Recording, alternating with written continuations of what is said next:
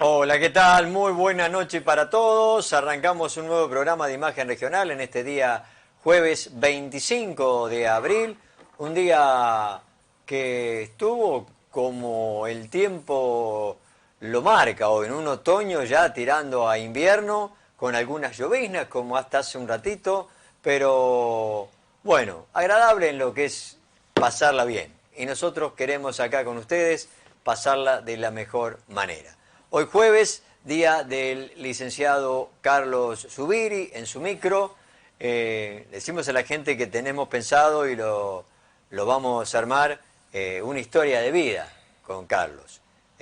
Vamos a dar el tiempo que necesita una historia de vida porque la hemos hecho, ustedes saben que hemos hecho programas especiales con varios personajes, personas de la región y nos lleva tiempo, ¿no? Armarlo para mostrar bibliografía, fotografías, videos, desde que nació hasta lo que es hoy Carlos Zubiri. Así que lo vamos a armar para uno de estos jueves. Hoy lo saludamos, Carlos, buenas noches. ¿Qué tal? ¿Cómo les va? Buenas noches. Eh, Debe ser muy interesante la vida de Carlos Zubiri, ¿no? Desde psicólogo, presidente del Club Libertad y otra, un largo recorrido Hemos en la andado vida, bastante. ¿no? Hemos andado bastante. Así que bueno, yo le voy a pedir material. Bueno, Eh, bueno, el tema de hoy, filosofando. filosofando. Vos sabés que Luis, que entre tantas dificultades que la vida nos propone, tantos momentos delicados, tantas polémicas, ¿no?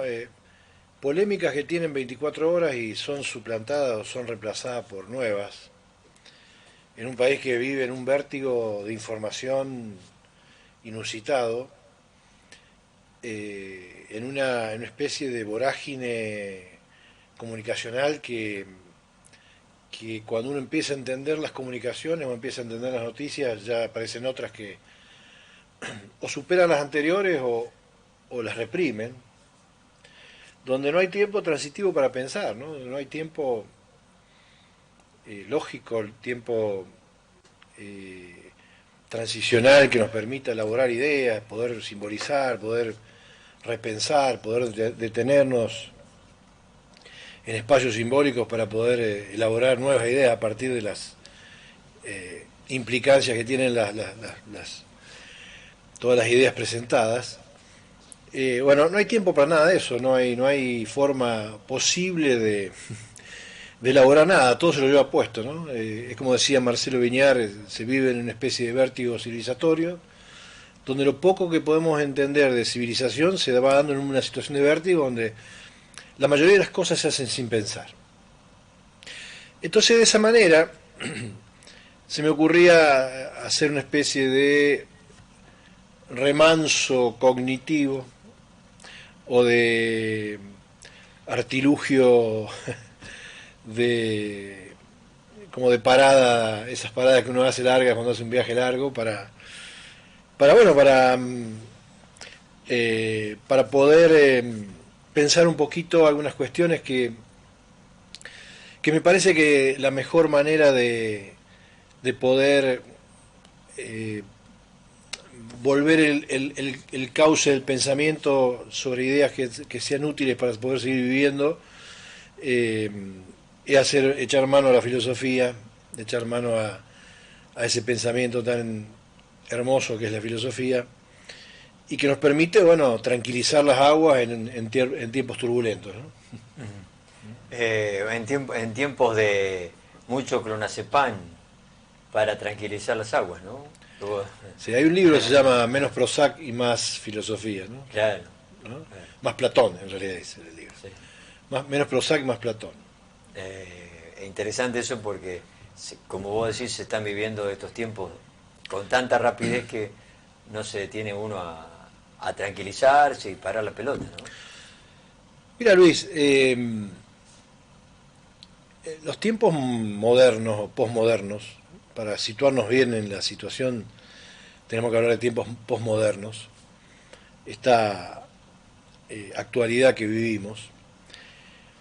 Es una actualidad que, por el solo hecho de trascender y de tener una dinámica y de tener una forma de desenvolverse, va produciendo temáticas, va produciendo agenda, va produciendo temas de discusión, va produciendo espacios de conversación. Y si tuviéramos que hacer una descripción de las principales o los principales enunciados filosóficos de esta era posmoderna, podríamos enunciar todos los grandes enunciados de la filosofía histórica, pero cambiándole el sentido de la oración o del gramatical al texto, ¿no? Porque es un contrasentido de todos los logros que ha tenido el pensamiento. Fíjate, cuestiones como la del amor, la del pensamiento, la de la apariencia, la verdad, los interrogantes, la duda, la crítica, la creencia, la ontología, el sentido de la vida, la política, el poder, el conocimiento, la información, la revolución, la transformación, la subversión, el racionalismo, el dogmatismo, la doxa, la epísteme, la pedagogía, la virtud, la libertad, la democracia, la dialéctica, la mayéutica, la inteligencia, la muerte, la ignorancia, la insignificancia, los imaginarios sociales, el Estado, el conformismo, el racismo, la globalización, el totalitarismo, la religión, Dios, expansión ilimitada del dominio racional, acumulación ilimitada, destrucción e invasión ambiental, privatización de los sujetos y la subjetividad. Todos esos temas son temas esencialmente filosóficos que hoy no están en cuestión. Ninguno de esos temas se puede dejar bajo el ejido de una agenda fundamental para poder cambiar la historia. Todos están degradados, uno por uno. Si querés podemos hacer un análisis de alguno. Tendríamos que hacer 3 o 4 programas para hablar de todo. Sí, pues son muchos. Fíjate un tema, vamos a agarrar uno al azar. Hacemos un sorteo y sacamos uno. La muerte. ¿Por qué es interesante filosofar acerca de la muerte? Vos sabés que la muerte es un hecho... La muerte es la única experiencia subjetiva que no tiene registro psíquico. Claro, nadie puede contar qué es lo que es. No hay huella anémica para la muerte. No hay nadie que pueda decir, yo cuando me morí, Claro. yo cuando fallecí... Bueno. Por ende, la muerte es una situación siniestra, inconfesable, irreproducible, que genera temor, que genera intriga, que genera preocupación, y que el sujeto de la historia de la humanidad ha tenido diferentes actitudes frente a ella, ¿no? La primera es negarla. Otra actitud ha sido renegar de eso e instrumentar una serie de ideas o una serie de funcionamientos tendientes a corresponderse con el reforzamiento de esa negación, ¿no? En esa línea pueden entrar, por ejemplo, algunos eventos religiosos, algunas actitudes religiosas, algunos fundamentalismos ideológicos, algunas cuestiones místicas generales que traemos de todas las culturas. La realidad es que nos morimos, y la realidad es que somos finitos, y la realidad es que pensar en eso angustia. Entonces, para que eso no angustie, el ser humano tiene que ser creativo. ¿Qué significa ser creativo? Y hacer lo suficiente en la vida. Por eso me preguntaba por mi historia, ¿no? Yo no sé si fue buena o mala, pero fue súper entretenida. ¿Cuál es el eje o cuál es el sentido que tiene vivir? Y que cuando nos vayamos, si es dentro de 10 años, dentro de un rato, nos vayamos con una vida vivida.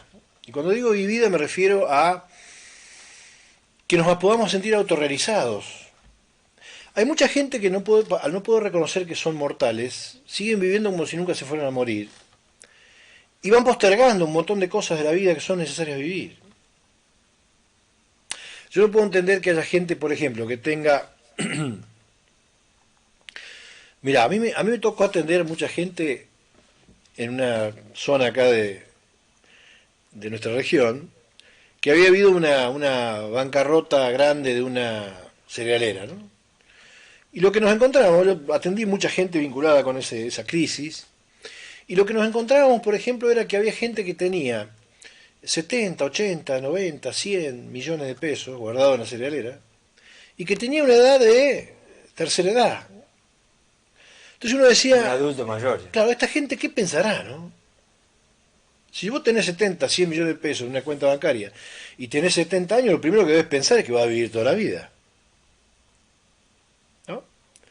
Es decir, con lo cual tiene la fantasía inconsciente de perdurar con la vida eternamente, ¿no? Es como una idea de inmortalidad. La gente que se cree con mucho poder siente que tiene una idea de inmortalidad. ¿Y sabes cuándo se mejora el sujeto? Cuando acepta que va a ser mortal.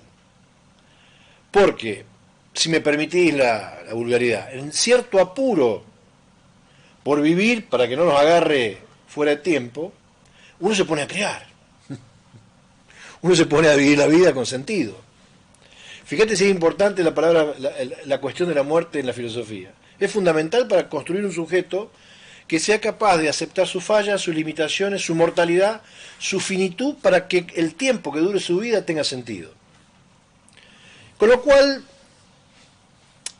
podemos decir que la muerte tiene una condición mucho más entendible en la medida que podamos vivir una vida con creatividad, porque vivimos ocupados sin pensar en que ese suceso va a suceder, ¿sí? Por eso es tan traumático un velorio, porque en un velorio hay un muerto. Nosotros generalmente no vemos muertos, estamos entre vivos. Y vos tenés que ir a saludar a alguien que está dolido a un lugar donde hay alguien que va a estar o que está en la condición que va a estar uno. Entonces es un momento de mucha negación. Por eso la gente dice tanta pavada en un velorio. ¿Sí? ¿Sí? Y sí, te acompaña el sentimiento, lo siento mucho, y uno va a acompañar y en realidad a veces uno no conoce al muerto, pero la ansiedad de ver a alguien ahí en esa situación genera un montón de racionalizaciones tendientes a calmar la ansiedad de uno, no el dolor del muerto de la familia. Y a veces pero también pasa por el respeto, ¿no? Sí, pero no está bien, sí, pero a ver, a veces es importante acercarse a la familia y con un abrazo, con un gesto, con un apretón de brazo, esto de hacer sentir que uno está con esa persona, ¿no? ¿Sí? Me refiero generalmente esos velorios que uno va que no conoce conoce al familiar pero no conoce al muerto, y uno no tiene sentimientos. Por eso cuando decís lo siento, por ahí es una racionalización para poder manejar la ansiedad que provoca el momento. Porque la muerte nos genera problemáticas interesantes, ¿no? Porque el ser humano quiere vivir, el ser humano no quiere ser castrado, y la muerte es una castración real que, bueno, no se puede evadir. No se puede evadir. Un tema, ¿no? Me quedé con eso, y quiero hacerte una pregunta acá, que vos dijiste lo de una persona de 70 años que tiene 100 millones de pesos y que piensa que va a vivir toda la vida. Pero ¿puede ser eso también pensado para la descendencia? Por ejemplo, tengo una familia, mis hijos, eso va a quedar para ellos. Sí, yo creo que... Puede haber un pensamiento sí, de esta manera. A ver, yo no quiero faltar respeto o hay gente que acumula simplemente porque acumula y piensa que no se va a morir nunca. Está bien, yo lo digo esto, a ver, que la gente lo entienda. Con total respeto por quien tiene juntada esa plata y quien la tiene dispuesta para lo que quiera. En definitiva, la vida individual de las personas es individual y ahí no nos vamos a meter. Nosotros estamos hablando desde la filosofía. Y la filosofía lo que busca es mejorar el sujeto. Entonces, yo si soy padre, a mi hijo no lo voy a mejorar con mi cuenta bancaria. Lo tengo que mejorar dándole estudio, haciéndolo participar de la vida y haciendo que ellos se gesten su propio destino. Generen su propio... Exacto. Porque necesitamos mejorar la humanidad, no las cuentas bancarias. Bueno, hay un ejemplo muy claro, famoso, el de Batistuta, ¿no? Necesitamos mejorar la humanidad, necesitamos producir un sujeto nuevo. Por eso el pensamiento filosófico es tan importante. El pensamiento ontológico, esto de poder pensar con criterio qué tipo de hombre queremos hacia el futuro, ¿no? Poder pensarlo en todo su extensión. Vivimos en una etapa de múltiples conformismos, Luis. La gente dejó de pensar nada, o todo, ¿no? Eh, la gente no se toma el tiempo para corroborar, toma cualquier idea. A ver, ¿por qué los líderes políticos que tenemos en el mundo, que están atravesados por un conglomerado exorbitante de contrariedades y de contradicciones y de sinsentidos, y ¿por qué duran? ¿Por qué perduran? ¿Por qué hasta son elegidos o reelegidos? Porque la gente no se cuestiona nada, absolutamente nada. Vivimos en una etapa, dice Castoriadis, que es plena de conformismo, donde la gente se conforma con tener el ecosistema de su metro cuadrado tranquilo. Es lo que llama también Castoriadis la privatización del ser humano. La gente se ha involucrado con su individualismo, con su individualidad, con su sector pequeño de su vida, y no hay un sentimiento en comunidad. Fíjate, hoy hablaba con con un paciente acerca de un texto,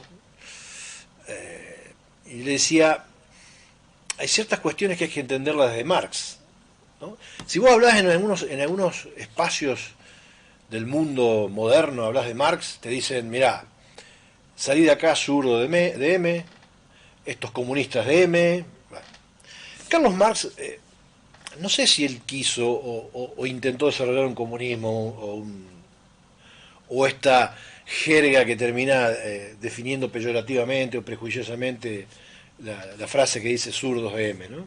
O zurdos de mierda, como dicen algunos. Pero fíjate, tomando algunos conceptos de Marx, Marx dice, el hombre se dedicó tanto a producir capital que llega un momento que cree que es eso. A eso se le llama alienación por el capital. El hombre, sujeto a la construcción de su vida capital, del capital, enajenado en el capital, termina creyendo que es el capital. Entonces yo te pregunto a vos, che, ¿qué tal? ¿Cómo te va? Y no, bien, bien, porque tengo la casa nueva, el auto nuevo, me fui de vacaciones. No te pregunté qué tenés. Te pregunté quién sos, cómo te va. La gente no puede hablar de sí mismo si no habla de cosas. ¿Qué nos pasó? ¿Qué película no vimos? ¿O qué capítulo nos perdimos, no? Bueno, casualmente el libro de Marx se llama El Capital. Fíjate, sí, uno, ¿no? Fíjate que esto es Marx, no es una cosa nada del otro mundo, ¿no? Le decía hoy a un paciente que está vinculado con Maísco, esa es una empresa capitalista porque produce capitales y exporta y es una empresa líder, una empresa modelo en la Argentina, en la zona nuestra, el orgullo de nuestra zona, ¿no? Uno de los orgullos de nuestra zona. Pero está producida por comunidades de producción, comunidades, gente mancomunada para sacar de un sector diferentes partes que después van a ser un producto que sale de primera calidad. Son sectores comunitarios, comunistas. Eso significa comunitario o comunista. Claro, pero si vos no lees nunca un texto de filosofía, no entendés que ciertas cosas que te han enseñado los canales de televisión son malas palabras. Y no son malas palabras, son filosofías. Y hemos perdido. La privatización del ser humano ha roto o ha tergiversado esa concepción comunitaria del ser humano, que es la posibilidad de trabajar en forma comunitaria, trabajar por lo social, trabajar en la elaboración de proyectos sociales que lleven adelante la sociedad de una manera que las personas individuales no se van a ocupar. Por eso es necesario el Estado, que es otra cuestión que se plantea en la filosofía. ¿Por qué el Estado? Y porque el Estado se va a ocupar de lo que no se va a ocupar el individuo. Las personas individuales, forjadas en su individualismo y planteadas en su vida capital y en su persecución del capital, no se ocupan de lo social. Entonces el Estado está para, de alguna manera, velar por esas cuestiones sociales que son necesarias tener desarrolladas en la Te vida. van a decir que el Estado hizo desastre acá en Argentina, ¿no? Pero yo no dudo que el Estado hay que mejorarlo, yo no dudo que el Estado hay que cambiar alguna faceta, yo no dudo que hay que afinar la condición ética, política y filosófica del Estado. Yo no estoy en contra de eso. Ahora, lo que nunca se me ocurriría a mí es hacer un plan de aniquilación del Estado. Claro. porque el Estado debe velar por un montón de cuestiones que los egoísmos personales no se van a ocupar. La educación, por ejemplo, la salud, por ejemplo, y tantas otras cuestiones. La cultura. El otro día escuchaba a Nero Dolina, en una de las idas y vueltas mía de viaje lo escuchaba a Nero Dolina. Y él hablaba, por derivación, hablaba de estas cuestiones que están en juego hoy, con el tema de la universidad, con el tema de la cultura, los cambios de política, los sectores más de derecha por ahí se tiran contra la cultura, contra la educación, contra las ciencias sociales, pareciera ser que ocuparnos de todas esas cosas son desinversiones, una manera de verlo, ¿no? Y Dolina decía, olvídense, yo pienso lo mismo, olvídense que la cultura va a generar dinero, o que un artesano te va a generar dinero. O sea, ahora, uno con la cultura, con las artes, con las ciencias sociales, etcétera, etcétera, se prepara para vivir mejor. La gente con cultura vive mejor. La gente que está inmersa en el mundo del conocimiento vive mejor, ¿no? Es hermoso poder vivir sabiendo cosas y pudiendo pensar con independencia y con creatividad nuevos mundos que no están creados. Entonces,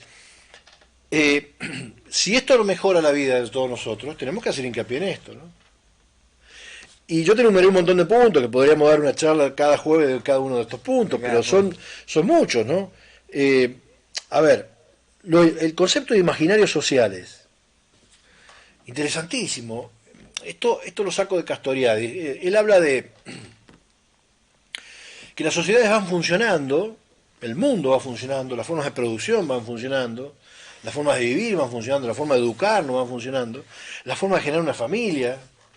Y todo eso va conformando imaginarios sociales, nuevas formas imaginarias de pensar lo social, que se va modificando con el correr de los tiempos.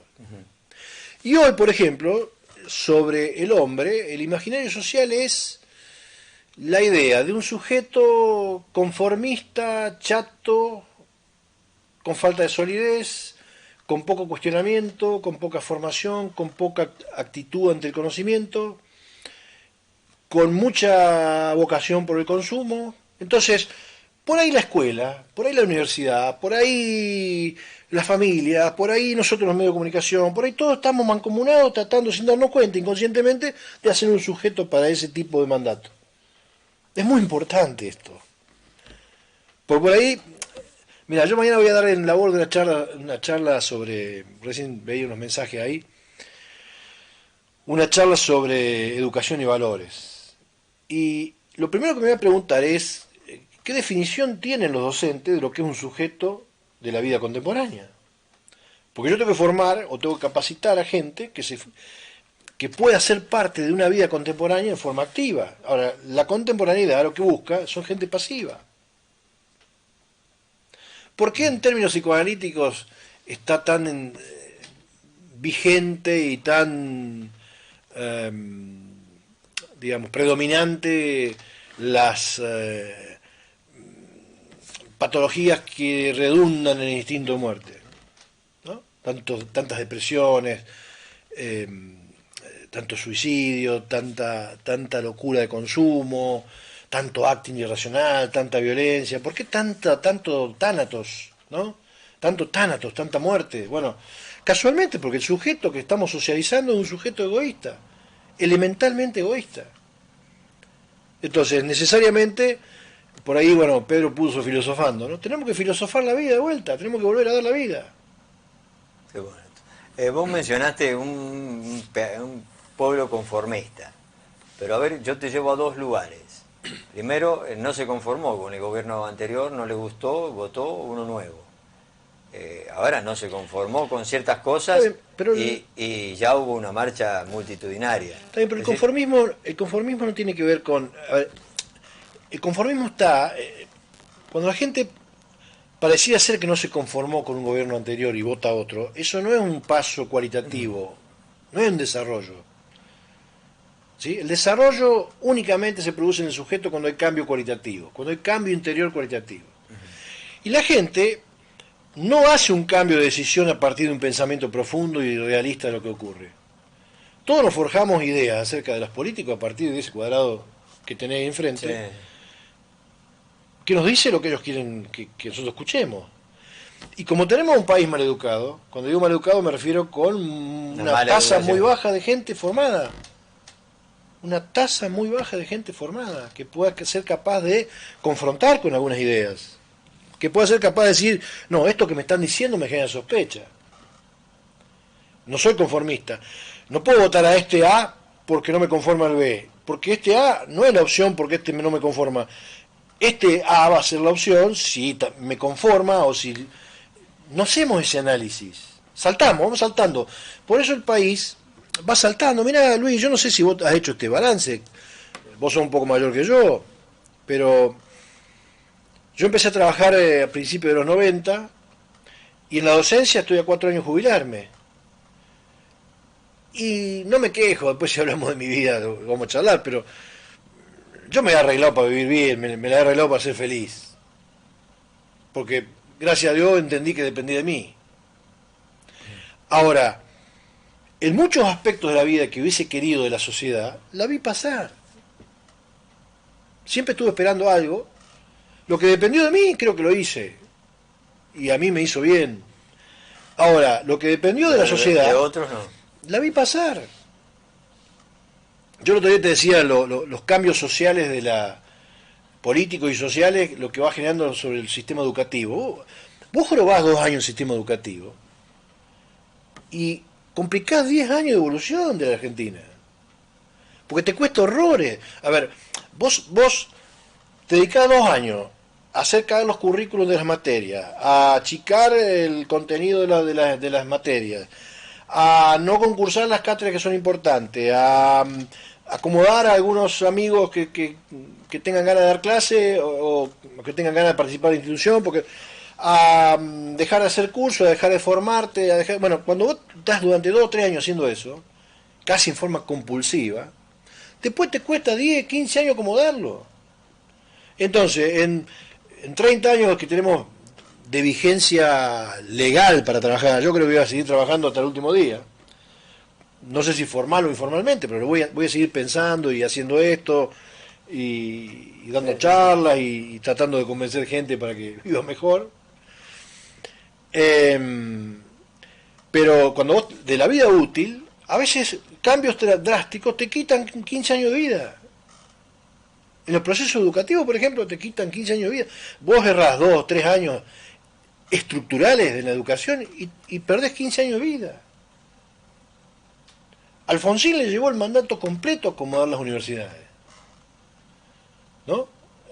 Por decir algo que no hablo de Alfonsín estrictamente, ni quiero hacer de acá una cuestión política, porque fue quien reorganiza la democracia, claro, a partir de, ¿no es cierto?, del 83, sí, después del gobierno militar, pero toda esa desidia militar del 76 en adelante, o de antes, del tema de la mujer de Perón para acá, toda la locura que había de violencia en Argentina, de un lado, bueno, que lleva a la destrucción total de la universidad, por lo menos de los elementos más centrales.